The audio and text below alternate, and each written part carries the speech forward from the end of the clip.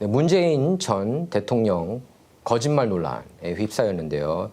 뭐 여러 가지 이제 한국 언론에서 이렇게 지적을 하고 있는데 제가 들은 거는 제가 이거 보니까 좀 몇 개 이렇게 과장을 하고 거짓말한 거는 사실인 것 같습니다. 2018년 6월 싱가포르 정상회담, 그리고 또 2019년 2월 하노이 정상회담에 참여했던 존 볼튼 이 사람 같은 경우에는 결코 친트럼프 인물이 아니고 안티트럼프 인물인데 존 볼튼 전 백악관 국가안보부 장관이 2020년 6월 발간한 회고록 그것이 일어난 방 거기서 가능한 문 전 대통령이 미국 대화에 개입하는 것을 트럼프 대통령이 원치 않았다 이렇게 주장을 했는데 왜냐하면 문재인 전 대통령이 지나치게 북한에게 양보하려고 해서 판문점 회담에 개입하지 못하도록 했다는 겁니다. 그래서 미국은 문 전 대통령이 스스로 자칭 운전자론, 그러니까 자기가 다 주도했다는 듯이 이렇게 얘기를 하고 있거든요. 문 전 대통령이 미북 정상회담에 대해서도. 근데 이거는 아니다 이렇게 반박을 하고 있습니다. 지금 여러 이제 특히 이제 보수 언론들이 반박을 하고 있는데 이 내용들은 보수 언론들이 맞는 것 같아요. 그래서 트럼프는 북한과 대화와 협상을 통해서 비핵화를 하려고 해도 프로세스를 어떻게 가져가야 하는지 노하우가 없다. 이건 문재인 대통령 입장입니다. 전 대통령. 한국이 그래서 그 방안을 강구해서 알려주면 좋겠다. 외교부 국정원 최고 전문가들이 평화 프로세스를 위한 로드맵을 작성해서 트럼프에게 전달했다. 이렇게 이제 책에서 밝히고 있습니다. 변방에서 중심으로 회고록에서 이렇게 밝히고 있는데 이거는 좀 말이 안 된다고 봐요. 예. 사실 트럼프하고 김정은 정상회담이 열리게 된 이유 중에 하나가 이제 트럼프가 굉장히 압박을 했죠. 북한 앞바다에 이렇게 전함도 내보내서 너네가 미사일 한 개라도 쏘아 올리면은 그 즉시 우린 북한을 친다. 그런 자세였습니다. 트럼프가. 예, 그 당시에. 그래서 ICBM 테스트나 뭘 하든 무조건 이제 친다라는 입장을 하니까 그때 이제 김정은이 한 걸음 이렇게 물러났죠. 예, 좀 물러섰죠. 물러서가지고 한국 쪽에 SOS를 쳤죠. 그렇게 해가지고 이제 정상회담이 이루어진 거는 사실이에요. 그걸 통해서 만나고 싶다고 했으니까. 김정은이 트럼프를 만나고 싶다고 했으니까. 한국 외교관들을 통해서. 여러분께서 기억하실 거예요. 그래서 백악관에서 이렇게 미팅 해가지고 트럼프가 그 자리에서 즉석에서 하겠다 미팅. 트럼프 측근들 백악관 내각에서는 다 이렇게 완강히 반대했는데 트럼프는 뭐 자기가 결정하잖아요. 최종 결정을. 그래서 하겠다고 해가지고 결국에 했죠. 근데 이제 이거를 이제 자기가 운전자를 했다. 문재인 전 대통령이 운전자 역할을 했고 프로세스를 어떻게 가져야 하는지 노하우가 없으니까 한국이 그 방안을 강구해서 알려주면 좋겠다. 네. 그래서 로드맵을 작성해서 트럼프한테 전달했다. 일단 미국이 대북 협상에 관해서 한국보다 결코 밀린다고는 볼 수가 없습니다. 또 94년 제네바 합의를 성사시키기 위해서 UN 대표부 채널을 비롯해서 한국보다 더 많은 협상 경험과 자료를 축적해 왔다는 게 중론이에요. 예. 그래서 빌 클린턴 전 대통령 같은 경우에는 평양을 직접 방문해가지고 거기에 방문해서 억류자를 구출하기도 하지 않았습니까? 그래서 대북 협상 채널은 여러 개가 있습니다. 꼭 그러니까 UN, 베이징, 그리고 스웨덴 대사관 통해서도 이렇게 할 수가 있어요. 그래서 미국이 노하우가 없다고 한국에게 방안을 강구해 줄 것을 요청했다라는 거는 이건 사실상 한국의 속내, 한국 정부의 입장은 어떤지 그 속내를 들여다보고 싶었던 게 아닌가 싶어요. 그리고 트럼프 같은 경우는 전 세계 그 어떤 지도자 중에서도 아마 김정은을 가장 잘 아는 지도자는 제가 볼 때는 트럼프가 아닌가 싶어요. 이거는 트럼프하고 김정은 간 친서가 2018년 4월 1일부터 2019년 8월 5일까지 모두 27통이나 교환이 됐다고 그래요. 예. 그리고 정상 간 미팅은 처음이었잖아요. 그렇죠? 북한 경우도 그렇고 미국 경우도 마찬가지고. 그리고 27통이나 교환됐고 사실 말하라고 가면은 트럼프 사무실에 그 정가운데에 있는 사진이 바로 이 사진이에요. 예, 이 사진입니다. 그래서 김정은은 팜페오 이런 고위 관료들과의 협상에 대해 불신했고 문 전 대통령이 트럼프와 김정은 사이에 협상에 끼어드는 것도 원치 않았습니다. 예, 이거는 존 볼튼 책 통해서도 적나라하게 드러났어요. 그런 의사를 이렇게 친서에서 노골적으로 표현하기도 했습니다. 이렇게 썼어요. 김정은이.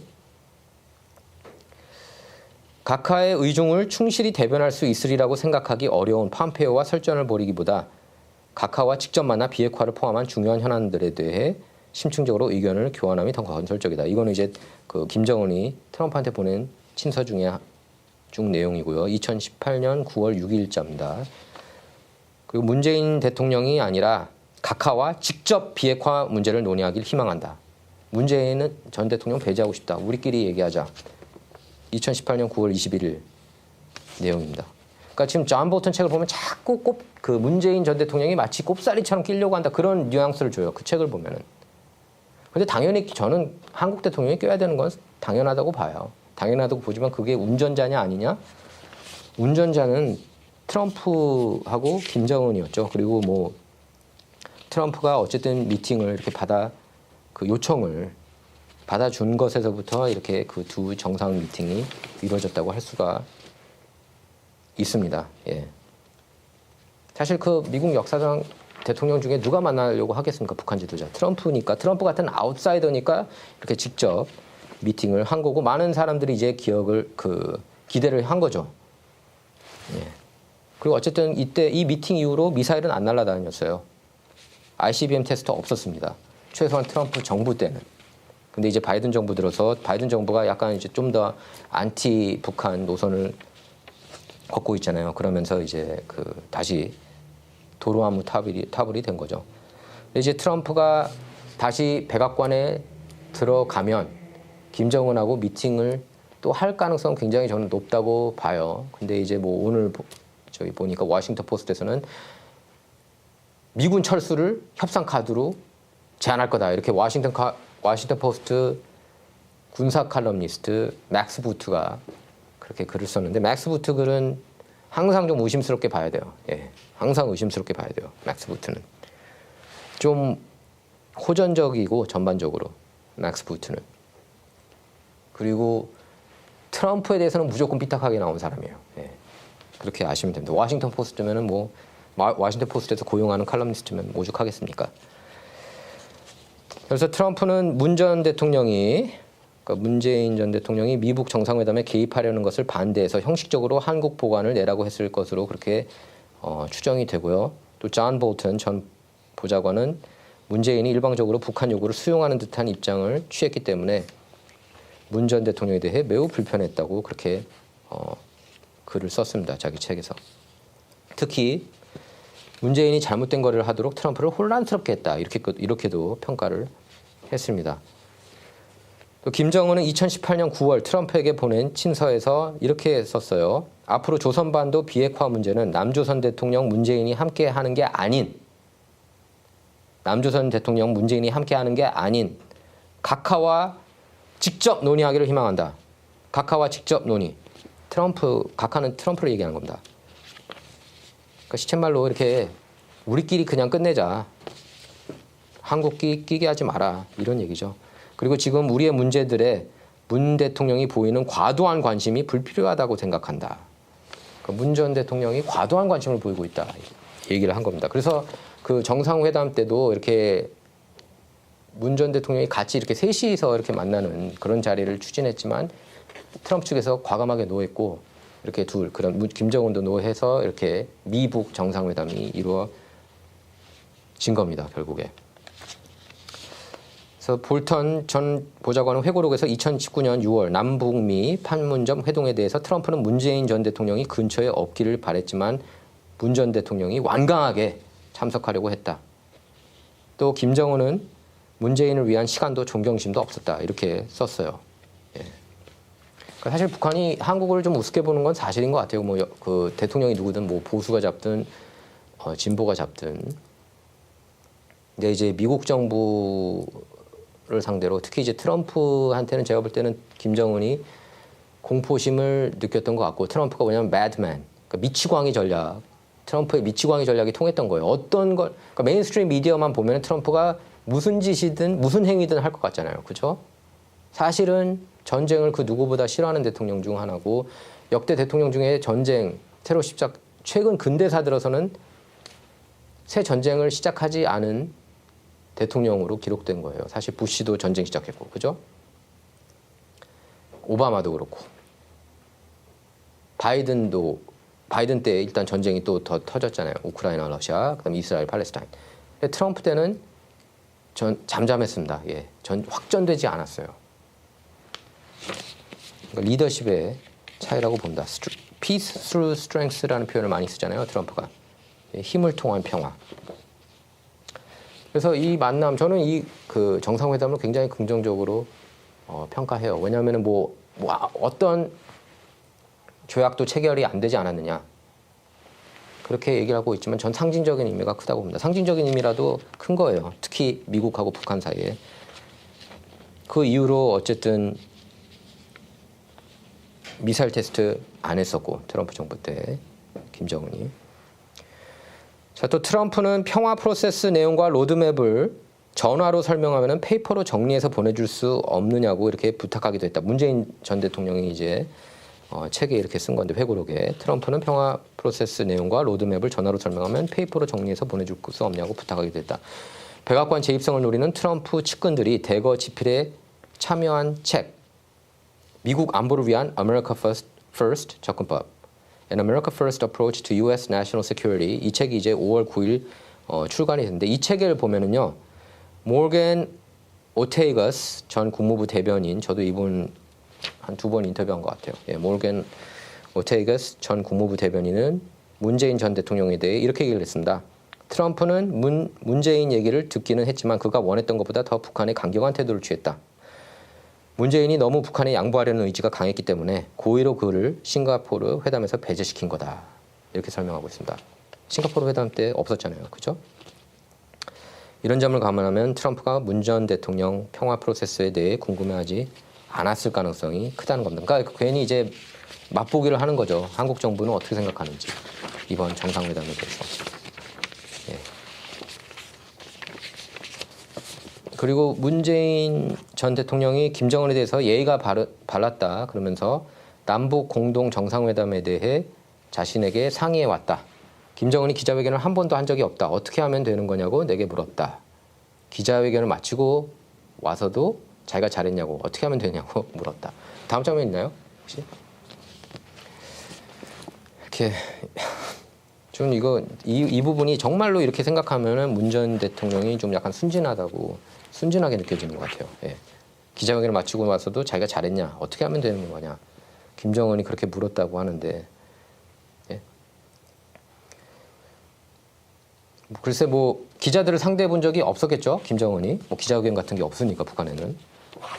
예. 근데 조금 그냥 갸우뚱하게 되는 대목이에요. 이 대목도. 예. 증거가 있으면은 문재인 전 대통령이 이걸 기자회견 마치고 가서 잘했냐, 어떻게 하면 되냐, 이런 걸 김정은이 물었다는 증거가 있으면은 그걸 좀 공개했으면 좋지 않을까 싶어요.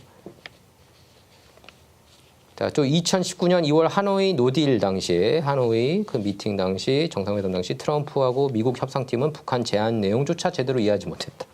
트럼프도 나중에 내게 후회한다는 말을 하며 미안해했다. 그때 북한은 영변 핵 포기와 유엔 안보리 제재 11건 중 민생 분야 5건을 해제하는 안을 제안했습니다. 하지만 영변 핵은 북한 핵 개발 성지지만 현재 북한 핵 50%도 안 됩니다. 분강, 강선 이런 다른 핵시설 폐기는 언급하지 않고 무조건 현금 거래를 푸는 5건 해제는 전체 제재를 무력화시킨다는 그런 평가를 받고 있는데, 사실 이게 협상이 결렬된 이유가, 여러분께서 아마 그때 트럼프가 기자회견 한 거 들으셨는지 모르겠지만 이 회담 직후에 트럼프가 기자회견 꽤 길게 했던 걸로 아는데, 그때 자세하게 얘기를 했어요. 트럼프가 김정은한테 You are not ready for the deal. 준비가 되어 있지 않다. 그러면서 북한에 있는 모든 핵을 다 포기하라고, 100% 다 포기하라고 자기는 요구했다고 얘기를 했습니다. 75%, 5%, 10%, 50% 이런 게 아니라. 그리고 북한 인치를 다 알고 있다, 우리는. 그래서 어느 곳에 이렇게 핵을 숨기고 이러는지를 전부 다 알고 있다고 그렇게 얘기를 한 겁니다. 영변뿐만 아니라 100% 다 포기하는 걸 조건으로 내건 거예요, 트럼프는. 저는 거기서 하나도 양보를 하지 않았다고 봅니다. 그렇기 때문에 이제 결렬이 됐던 거고, 트럼프 쪽에서. 대신에 이거 핵을 다 포기하면은 경제적인 그런 제재는 풀어줄 수 있다는 그런 조건을 내걸지 않았나 싶은 거죠. 근데 아마 절대 양보하지 않겠다고 그렇게 얘기를 했는데 이제 다음에 미팅할 때는 지금 요새 나오는 메인스트림 보도이긴 하지만 다음에 미팅할 때 트럼프가 북한의 핵 어느 정도는 이렇게 그 핵 보유를 수용하지 하는 카드로 이렇게 돌아서지 않을까 뭐 그런 전망이 나오고 있어요. 그 가능성은 열려 있다고 보는데 모르죠. 뭐 트럼프가 또 똑같이 그냥 어떻게 보면은 트럼프 입장에서는 그냥 만남 자체로 인해서 만남 자체만 목적이었고, 예. 어쨌든 그 이후로 미사일은 안 날렸으니까 그것 자체로 목적을 달성했다고 생각하지 않는가 싶어요. 트럼프 진영, 지지 진영에서는 대성공이라고 그렇게 보고 있어요. 이 미팅을. 어떤 합의, 어떤 협상, 합의도 그 선언문도 발표하지 않고 이 정도로 끝내는 게 이것 자체가 목표였다. 이렇게 얘기를 하는데 저도 그게 이것 자체가 목표였다고 보고 처음부터 딜을 원하지 않았던 게 아닌가 싶어요. 예, 트럼프. 근데 이 포로업이 된 거죠. 포로. 그러니까 사진 같이 찍은 그런 의미를 뒀다고 봅니다. 트럼프 입장에서는. 굉장히 트럼프가 이렇게 협상에 능하잖아요. 거래 기술 책을 보면은 굉장히 능하다는 걸 알 수가 있어요. 트럼프가. 예, 그래서 이거 만남 자체. 그리고 김정은도 만남 자체에 큰 의미를 둔 것으로 보입니다. 예. 자, 하와이 노딜은 트럼프 때문이 아니라 존 볼턴 등 미국 대통령 참모들 때문이다. 이렇게 문재인이 얘기를 했는데 예, 트럼프는 이것도 말도 안 되는 거죠. 최종 결정은 트럼프가 있고 존 볼턴 같은 경우에는 트럼프가 미치광이 전략에 가장 효율적으로 썼던 그런 인물에 불과해요. 존 볼턴은 무조건 전쟁 치르자 아닙니까? 북한도 날리자, 저기도 날리자, 미사일 날리자. 때리고 보자 아닙니까? 존 볼턴. 트럼프가 그런 스타일을 굉장히 싫어해요. 근데 이용한 거죠. 미치광이로. 그럼 존 볼턴은 사실 전 세계적으로 미치광이 이미지, 트럼프보다 더 미치광이 이미지를 주고 있거든요. 언제든 전쟁을 터뜨리고 싶어하는. 그래서 그걸 이용한 건데 이거는 100% 1부터 100까지 다 트럼프의 작품이라고 저는 봐요. 예, 싱가포르 정상회담 뭐 2번 했지만 예, 그 회담 은 트럼프의 작전이었고 처음부터 목표는 그냥 사진만 같이 찍는 정도. 미팅. 핵 포기하면 좋고 근데 포기하지 않을 거라는 그런 계산까지 깔려 있었다고 봅니다. 트럼프 정도면 그 정도 생각을 안 했겠습니까? 자, 여러분 생각이 궁금합니다. 여러분 생각을 댓글로 달아주시기 바랍니다. 감사합니다.